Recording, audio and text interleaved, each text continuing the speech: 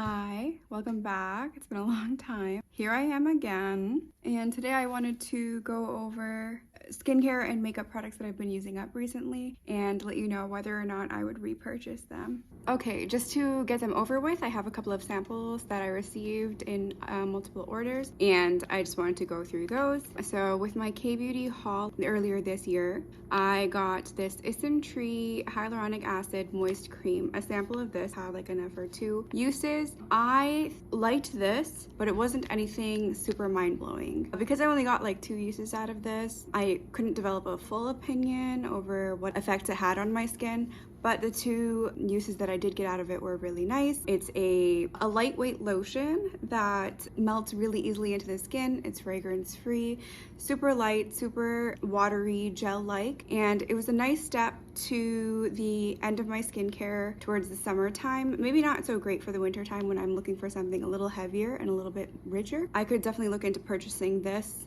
in my next K-Beauty haul for warmer weather times. But it was a decent moisturizer. Okay, sticking with the K-Beauty theme, this is the Laneige Cica Sleeping Mask. This like Cica ingredient, it's just another name for this Centella ingredient. It's really calming for the skin. It helps with reactive or irritated skin.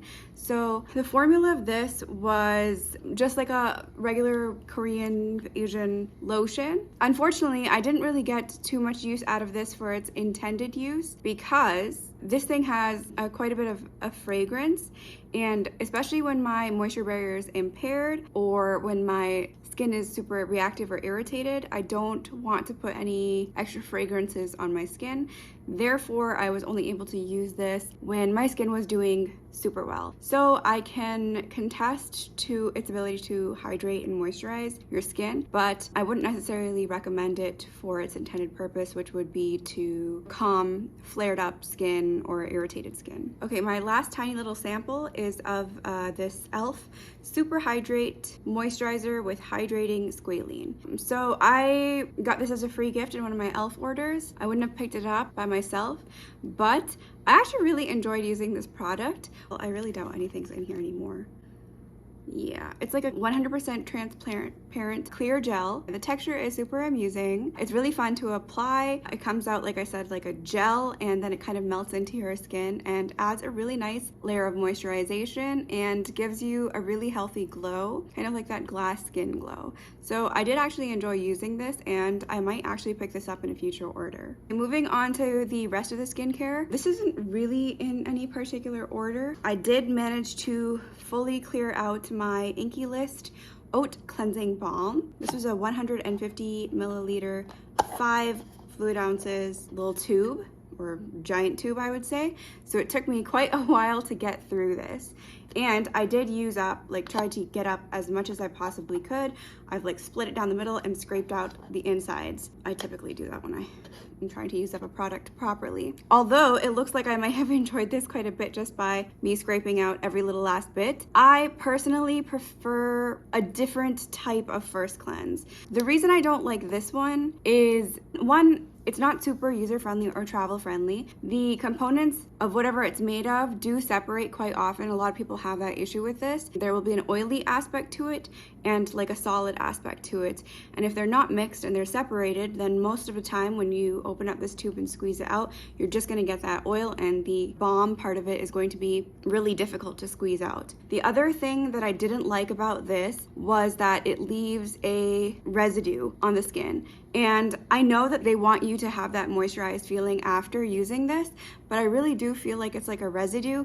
And a number of times after using this as my first cleanse, if I go in with a gentle cleanser, the gentle cleanser is not enough to remove the residue of this. In fact, if I take like a cotton something with micellar water on it and try to remove something, a lot of makeup and a lot of product will be left over on my skin. So therefore, I didn't like to use this product if I had super heavy makeup on, and I didn't like to travel with it because it would separate, and I didn't like the residue. It does feel really nice, it doesn't irritate the skin, and one thing they do say is that you can use this as a face mask, and if you have this and don't like it as a cleansing balm, then I would recommend using this as a face mask when your face is clean already, and you can leave it on for like 10 minutes and then wipe it off, and that residue would be a little bit more appreciated than the one that's mixed in with your leftover makeup and sunscreen. So I don't think that I would be repurchasing this. Now I'm going to go through the 2 sunscreens that I used up this year. I don't want to get into in-depth because I do plan on doing a sunscreens of the year review because I've been trying out multiple other ones as well. But this one is the cult favorite Beauty of Joe Sun Relief Sun Rice and Probiotics SPF 50 plus PA4 plus sunscreen. I totally understand the hype. The formula of this is really nice. It doesn't take any effort to just get blended and melted into your skin. It's really great under makeup. It's a chemical sunscreen, so it has no white cast. It leaves your skin really super hydrated. The one qualm I had with this was probably that on days where my skin was extra sensitive, this would sting around the eyes, like on the skin. Like, it's a chemical sunscreen. If it gets into your eyes, it's going to kind of sting or burn. That's kind of the deal with chemical sunscreens, and one of the reasons that a lot of people tend to avoid them entirely. I don't have any excessive problems with chemical sunscreens getting into my eye, so I usually put up with that. But the skin around my eye gets pretty sensitive sometimes. It gets pretty reactive if I've used the wrong products or just on a bad day. So on those days, this sunscreen would definitely burn and sting for a few minutes. Other than that, I have absolutely no complaints about it, but if you do have super sensitive skin like me, then you might want to be aware of that. I don't usually hear anybody talk about that little caveat about it, but I did experience that a number of times. That being said, I might repurchase this just because the formula is so good, and it might be the best formula-wise out of the sunscreens that I've tried. It's also pretty inexpensive, so I think I will try it again. This is another one of those products where I have split open and scraped the insides out. This is the Black Girl Sunscreen Moisturizing Sunscreen Lotion for face and body, SPF 50, and this is the kids version. I've tried the Black Girl Sunscreen before, which is SPF 30. It comes in the black bottle, but the SPF kids version is cheaper and it has a higher SPF. Other than that, the formula is the same. This works really well, so I typically go for this. It's a better value for money. This is probably not my only tube that I've gone through this year. I probably just threw the other one out. I'm pretty sure I've gone through 2 tubes of this through the year, and this is kind of like my go-to backup sunscreen now. I was using it as my primary sunscreen, and I still have a whole other bottle that's unopened. I've just been trying out a number of other sunscreens as well, so this one gets pushed to the back burner, but it is a really good sunscreen. It does sting in the eyes, but once again, it has no issues with melting in the skin. It's really moisturizing. I like the look of a moisturized skin and like dewy skin after I apply a product because I have naturally dry skin, so I really appreciate that extra moisture that products give me. So if you like a mattified look, or if you have oily skin, then you might not appreciate this one as much, but it works well under makeup and it ticks all of my boxes. I think it's really nice to always have on hand. I would always have one of these on hand as a backup sunscreen. Definitely a good repurchase for me. Okay, so I have 2 bottles of the Ordinary serums. This one, the label has come off, or I've taken it off rather, but I believe this was the alpha arbutin, and this is the niacinamide 10% plus zinc. Because I have a lot of products in my skincare routine that already have niacinamide in them, I didn't really get much use out of this. And also my skin, it doesn't react the same way to niacinamide as other people suggest that theirs do. I don't think that niacinamide for my skin is anything groundbreaking. It's nothing life-changing. I've never really noticed any significant improvement by using niacinamide.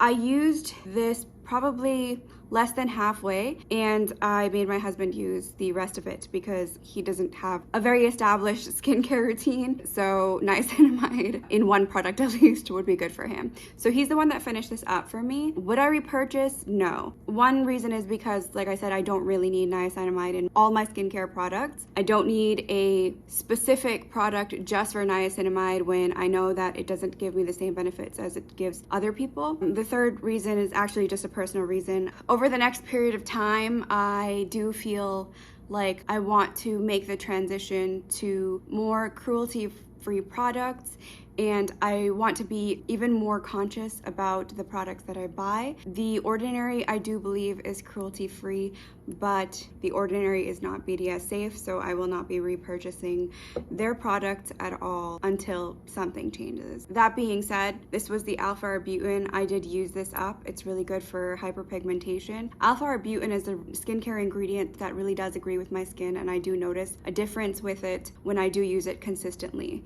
So I will try to find another product with alpha-arbutin in it, but at this time I can't repurchase the Ordinary's product. So that is that.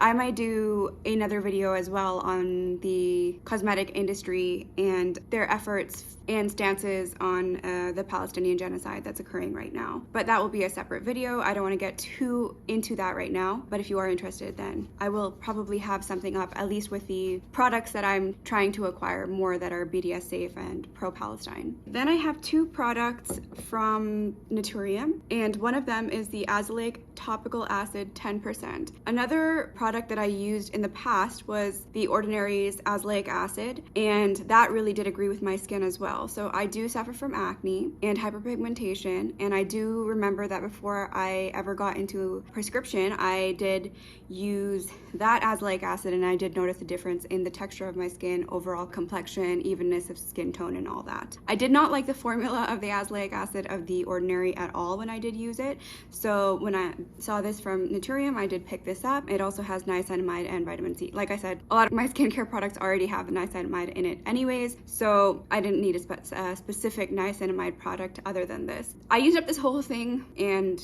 I did not notice any result really with this. I'm aware that if I gave it some more time, there is a chance that I might start to see results, but I was consistent with this whole bottle of use. And my thing is that if a skincare brand is advertising a skincare product, if you use up one of their whole things and don't see any type of difference, then I don't think that there's any incentive to repurchase that item. So it's kind of like that, where I used up the whole thing consistently, didn't really see any results, and so I probably will not repurchase this. In fact, I actually do have prescription strength azelaic acid now, so I do use that, and I do see more of a difference with that. I also got the Naturium Vitamin C Complex Serum. It's vitamin C plus hyaluronic acid and vitamin E. This I feel like I may have noticed a little bit more of a difference with. I use this in the morning as part of my skincare routine. The qualms I have with this is that vitamin C generally as an ingredient doesn't necessarily get along with other ingredients. And so I did notice that it would make certain other products of mine pill. I didn't love it for that reason.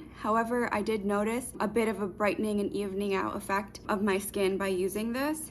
I don't think I would repurchase this one. I would want to try out a different vitamin C product. And it says that it is formulated with a vitamin C complex of highly stabilized L-ascorbic acid, sodium ascorbyl phosphate, and a bioactive fruit blend. I do know that L-ascorbic acid, it's not very stable at all. Sodium ascorbyl phosphate is a little bit of a better vitamin C form, but I think I can experiment with other brands or products instead of replacing this one. So this was just okay in my opinion. Moving on to hydration products. This is the Snail Bee High Content Steam Cream by Benton Cosmetics. It's a Korean skincare brand. This is basically snail secretion filtrate, bee venom, and a bunch of other botanical extracts. It's good for, moisture barrier repair, hydration, moisturization, all that stuff. Snail mucin is a pretty common ingredient these days in Korean skincare, and it's definitely come over to the West and is a super popular ingredient. My skin agrees with it. I really like snail mucin. I really like the CosRX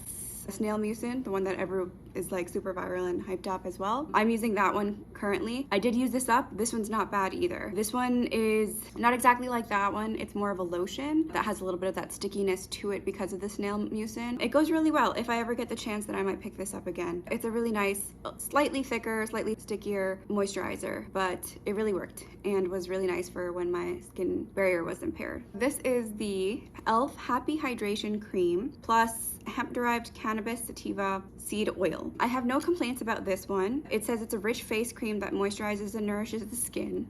It doesn't really have many other claims than that. And I mean, that's what I'll give it. That's what it does. It moisturizes the skin. I didn't notice any added benefit of the cannabis. It's a lightweight moisturizer. It didn't irritate my skin. A lot of times I go for a thicker moisturizer, and my husband definitely doesn't like my thicker moisturizers and creams. So when I was trying to get him onto a skincare routine, I would make him use this. So he kind of finished this up for me. But I probably would not repurchase just because I know they have different lines in their skincare routine, and I've heard about their other lotions and creams that are quite raved about. So I'd probably pick up something in one of the other lines rather than the cannabis one, because I didn't see any specific benefit of that cannabis one. I went through one of these little mini Laneige lip sleeping masks. It took me actually a while to get through this first one, just because even though my lips constantly are going through it in one way or another, it's definitely worse in the fall and winter. Right now you might see my lips, and the outside margins of my lips are absolutely obliterated. I did go through it during the summer and spring as well. I didn't use it that much right off the bat because I didn't see much of a difference between using this or Aquaphor or Vaseline or anything. This one did have fragrance in it, so I didn't want to irritate my lips more than what they already were going through. I didn't really give it a chance. When I did start using it towards probably the end of the summer, I realized that it's not going to irritate my lips anymore. So I did go through one of these little mini ones, and I still have another one that I'm going through. It's convenient because you can just kind of pop it in your purse and apply it as you go, which I constantly need something in my bag to reapply moisture. I think the benefit of this over something like Vaseline or Aquaphor is that this is slightly stickier, kind of thicker, so this stays on your lips for longer than Vaseline or Aquaphor or something, or the CeraVe healing ointment. I've tried a lot of things, but this one definitely sticks around for a lot longer, so I have to reapply it less often. It's not a bad product. It does smell really nice, I will have to give it to that, and it makes your lips look super juicy and super plump. I think I will pick this up again. I understand the hype. I wish that they came out with some fragrance-free option. I know that like their fragrances are kind of their thing, and then everyone has their own favorite fragrance and stuff. I did like this pink one. I think it's like a berry flavor or something. I will pick it up again, especially because you can get it at a pretty decent price on Stylevana. So, you know, why not? It's nice to throw in my purse. That's it for the skincare. I don't go through as much makeup at all because it just takes longer to go through makeup, but I do have a few of these e.l.f. Instant Lift brow pencils. I have a couple of these, and I'm pretty sure I went through a third one, which I cannot find right now. These are my everyday staple. They're super inexpensive. They're like $3 each, so it's really not a big deal to replace, and they don't have a fine tip. I probably can't get, yeah, I can't really get anything to come out of these anymore, but it's a thicker tip, so on a daily basis when I'm not going somewhere, or if I'm just doing an everyday type of makeup routine, it's really easy to fill them in with these. It doesn't take as long, and it comes with a little spoolie on the other side, which is helpful to blend it in. Deep brown, it looks like. Yeah, deep brown is the one that I use. That's a pretty good staple to have. I always have a couple of backups of these anyways, just kind of my everyday brow product. I also went through one of my NYX Epic ink liner. This is my favorite liquid eyeliner at the drugstore price level. It is a brush tip, super black, goes on really well. It's not going to skip or cause you any issues until really the end when it's starting to dry out, which obviously that would happen. I have mine in the color black. It's waterproof, stays all day, basically a dupe for the KVD tattoo liner, which was kind of the OG. This might even be blacker than that. Unfortunately, I'm not purchasing NYX products anymore. I have one that I'm currently using, and after that I will need your recommendations, and I will have to do some research onto what other drugstore or any other brush tip eyeliners that I can use that are BDS safe, as NYX comes under the L'Oreal group of companies. So unfortunately I can't be purchasing NYX products anymore. So once again, if you have any recommendations for a liquid black eyeliner, something as good as this would be perfect, but it's really not the end of the world if it isn't as good as that. Obviously this is just makeup, it's just a passion, it's just a hobby. It's not as important as people's lives. And even as much as I do love my makeup and everything, and as big of a part of my life as it is, it's just not worth it to be using my money and spending my money to a place where it's going to be used for something that I definitely don't agree with. Like I said, I will have a whole video on more makeup products that are BDS safe and pro-Palestine. I just need some time to gather those products and look around and buy more products and see if I can replace my current products with those. So as long as that takes, please bear with me. but I do hope to have a video of that soon. If you enjoyed watching this skincare and makeup empties, then I would really appreciate it if you liked the video, commented. Any interaction that I get on this video is highly appreciated. Like I say in all of my videos, my channel is relatively new. I don't have very many videos up, so any interaction is really meaningful for my channel and helps me grow. So make sure you like, comment, and subscribe, and thank you so much for watching, and I will see you next time. Bye!